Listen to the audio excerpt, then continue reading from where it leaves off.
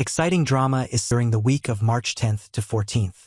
One of the biggest bombshells involves Johnny, who will uncover a dark secret about his father, EJ.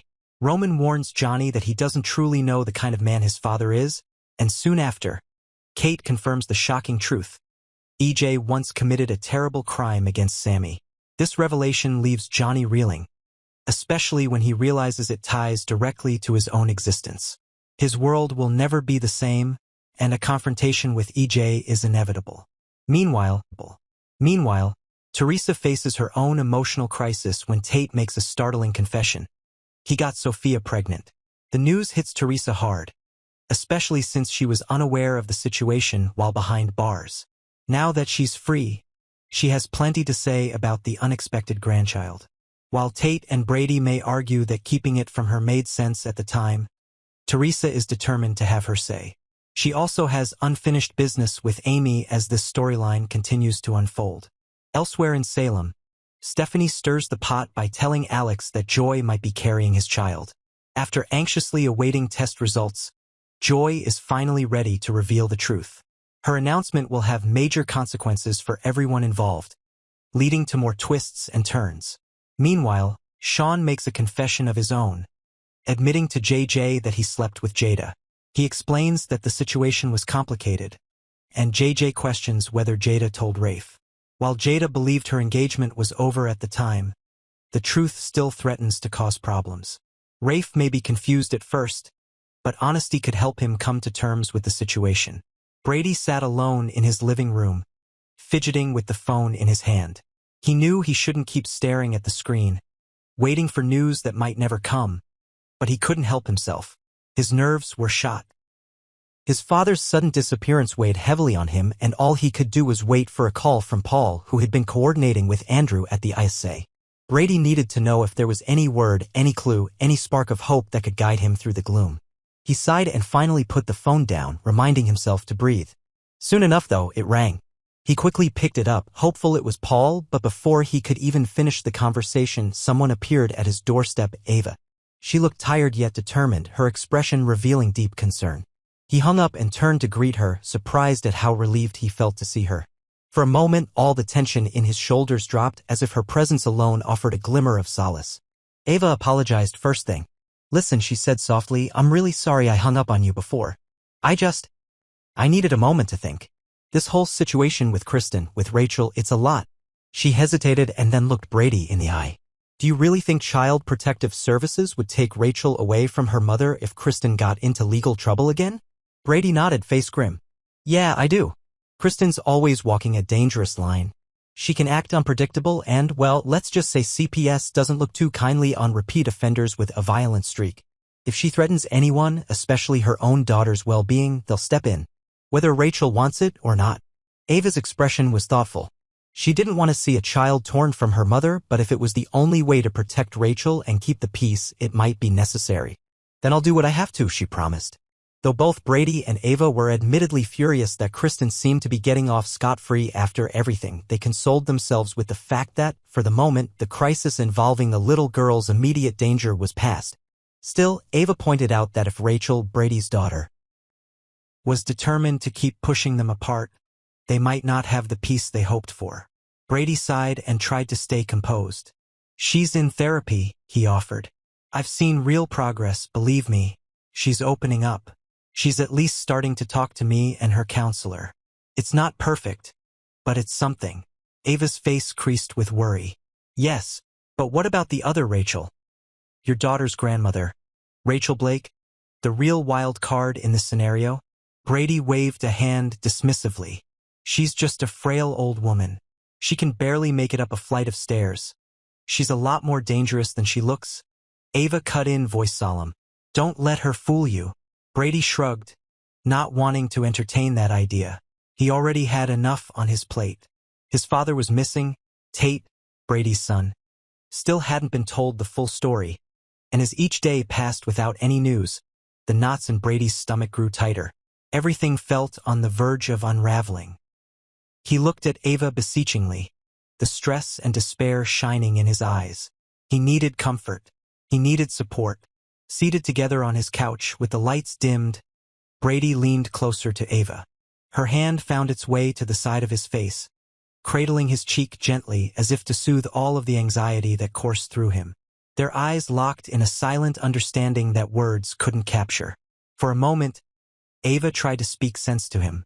She wanted to offer something solid, something that would ease his dread. "Just let me know if there's anything at all I can do," she pleaded softly. Brady's voice came out in a near whisper. "Don't give up on us, please." Ava closed her eyes and exhaled. There was weariness in her expression, but also compassion.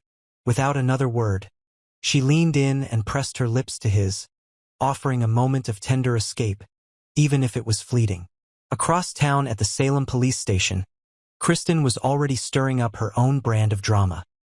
She paced back and forth on the black and white tile floor, phone pressed to her ear. Her brother was on the other end, apparently well informed about their mother's situation. The conversation was short, cut off by the moment Melinda, the district attorney, walked in alone.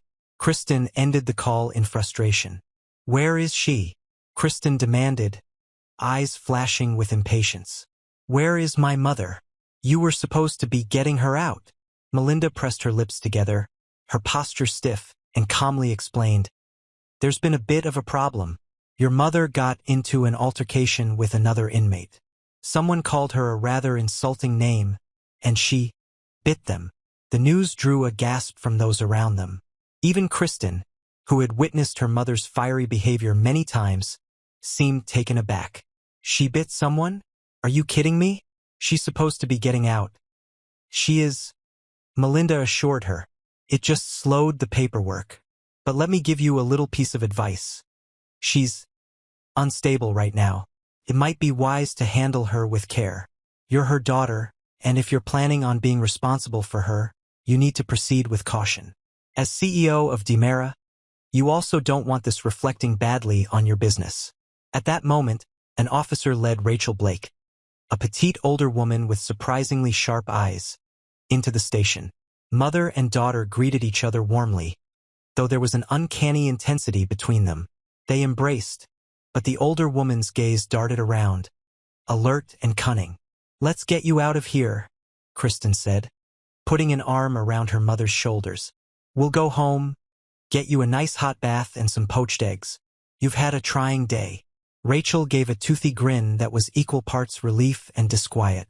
She had that rebellious glimmer in her eye, one that warned the world she had plenty of fight left in her. "Sounds heavenly," she declared, without the slightest hint of remorse about her scuffle. The Demera living room, draped in rich fabrics and gleaming with polished furniture, had undergone a few small makeovers since Kristen last escorted her mother through its doors. But the imposing portrait of Stefano Demera, his eyes apparently following visitors wherever they went, still dominated the hearth. Rachel's gaze landed on the portrait, and she almost seemed to smirk at the old patriarch's presence, as if to say, "I'm still around, too." Kristen brought her mother to a marble table surrounded by high-backed chairs. She guided Rachel to sit, gently placing a hand on her shoulder before taking a seat herself. "Mother, we need to talk," she said carefully. "Brady and I, well, there's not going to be any reunion. I need you to accept that once and for all. I'm the CEO of Demera Enterprises now. That means I need to focus on the company, and I can't keep chasing you across town whenever someone cries foul." Her voice softened, but only a tad. "I know you want the family together, but I need you to promise me you'll stop meddling." Rachel's eyes flickered with something unreadable, mischief, perhaps, or defiance. Still, she forced an agreeable smile. "I understand completely," she cooed. "I just want to reconnect with my daughter and my granddaughter. I've missed too much time already." Kristen leaned in and allowed herself a moment of emotion, hugging her mother. "Thank you. Thank you for understanding. We can move forward, the three of us. Generations of Blake women will do great things." She closed her eyes, sighing in relief, but she did not see the look on her mother's face. A small, secretive smile curled Rachel's lips. It was the look of someone who had no intention of backing down. She might behave for a day or two, maybe even a week, but deep down she relished the thrill of stirring the pot. With a mind as sharp as hers and a talent for manipulating situations, she already seemed to be planning her next move. Back in Brady's living room, he and Ava sat in tense comfort, the kiss they shared still lingering in the air. Brady's phone buzzed again, and he jolted, fumbling for it. It might be Paul. It might be the news that Andrew and the ICE say had found anything about his father. But even as he answered, his mind lingered on Ava and on the swirling chaos that his life had become. He was losing control, watching helplessly as the pieces of his world threatened to scatter in every direction. And yet, in that moment, the only thing that seemed to matter was having someone by his side who understood his burdens. Ava might be furious at Kristen for the trouble she caused, but she also cared enough about Brady to see him through his worst days. She stroked his hair softly as he talked on the phone, her eyes filled with empathy. She was prepared to stand by him, though she couldn't help but sense that, somewhere out there, Kristen and her mother Rachel were teaming up, racing full speed into the next crisis. For a second, Brady felt a surge of dread. He had no idea what lengths those two women might go to in order to protect their interests, their pride, and their own twisted version of family ties. Yet, as Ava gently took his hand, he held on to that small shard of comfort. He told himself there was hope that the truth would surface and that he could finally make sense of it all. Maybe he could get his father back. Maybe Tate could be told everything when the time was right. Maybe, just maybe, he and Ava could find stability in this storm. He held her gaze, searching for reassurance. She gave a slight nod as if to say, "I'm here for you." Brady squeezed her hand in return. Tomorrow would bring new challenges, new calls from Paul, fresh drama from Kristen, and more revelations about Rachel. But for now, in this one fleeting moment, neither he nor Ava could dwell on the uncertainty. They had each other, and that was enough. At least until the next phone call came ringing in and threatened to shatter their delicate peace once again.